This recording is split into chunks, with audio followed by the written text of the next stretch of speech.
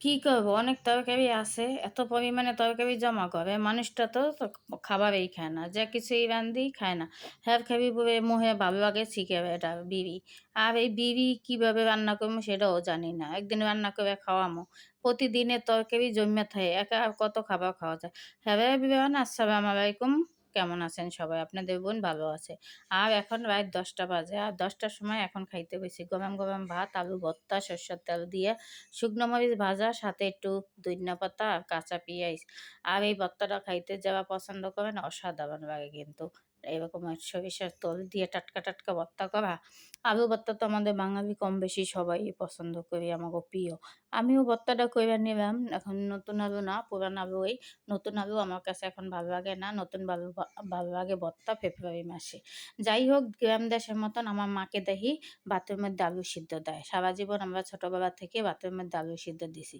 আজকে আমি তাড়াতাড়ির জন্য কি করলাম, ভাতের মধ্যে আলু সিদ্ধ দিলাম। এখন আমি মা খাইয়ে দেখবো আলুটা ঠিক মতন সিদ্ধ হয়েছে কিনা। আমাদের তো চিকন চাল, আর দেশে হয়েছে মোটা চাল, এই জন্য তাড়াতাড়ি সিদ্ধ হয়। মোটা চালের সাথে সাথে ভাত হইতে সময় লাগে। যাই হোক, আলু ভর্তাটাও আমি আপনাদের দেখাই, দেখাই কইরা নিতে আসি। আর এত পরিমাণে তরকারি জমা। তার সাথে মুরগির মাংস রান্না আছে। আর একজনে আবার ভুড়ি দিছে, সেই ভুড়ি দিয়েও খাবো। আর ভুড়ি ভাজা তো সবাই কম বেশি পছন্দ করি। আর এই ভুড়িটা দিছে আমার এক বোন। আমার জন্য পাঠাই দিছে। এইজন্য আমি এই ভুড়িটাও গরম কইরা নিলাম। আর সব গরম করে এখন বাড়ি খাইতে বইসা গেছি। আর কি করব, দুঃখের কথা, ঘরের মানুষ খায় না দেখে এত পরিমাণে তরকারি থায়। আর এক চাচা শুক্রবার দিন আসে। প্রতি শুক্রবার তার ছেলে-মেয়ে মাদ্রাসায় পড়ে, আর সে ভাত নিতে আসে। আর প্রতিদিন আমার কাছে থেকেই ভাত নেয়। আমি আমাদের ফ্লেভারে আমি দেই। আর আমার আরেকটা ফ্লেভারে আমার সোনা আছে, সে দেয়। আমার বান্ধবী, সেও দেয়। আমরা ২ জনেই প্রতিদিন এই চাচারে ভাত দেই। যে খাবার জমে থাকে, আর নতুন যা রান্না করি তাই। যেদিন রান্না করি না, দেই না। বলি, "চাচা আজকে দিব না বাসি খাবার।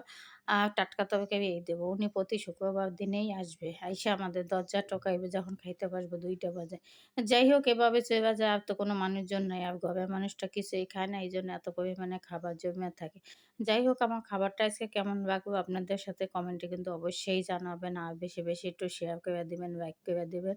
আমার পাশে থাকবেন। আমার সকল প্রিয় ভাই-বোনদের জন্য সবসময় আমার অন্তর থেকে দোয়া ও ভালোবাসা। আপনাদের দোয়ায় আমি একটু আগাই যাবো। আমার ভিডিওটা ভালো লাগলে লাইক, কমেন্ট দিয়ে, আর আমার নতুন কণা কুকিং একটু সবাই একটু ফলো দিবেন। আর বেশি, বেশি ভিডিওটা দেখবেন।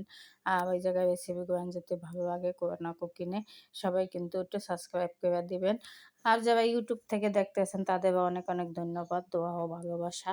যাই হোক, আমার আজকে এই খাওন এই রাত ১০টা বাজে। এইটাই আমাদের কষ্টের জীবন। এরকম ১০টা ১১টা বাজেই খাইতে হয়। আর দেশের মানুষ তো এখন ঘুমাইয়া পানি, পানি হইয়া গেছে। আর আমরা এখন ভাত খাই বড়াইতের মতন। যাই হোক,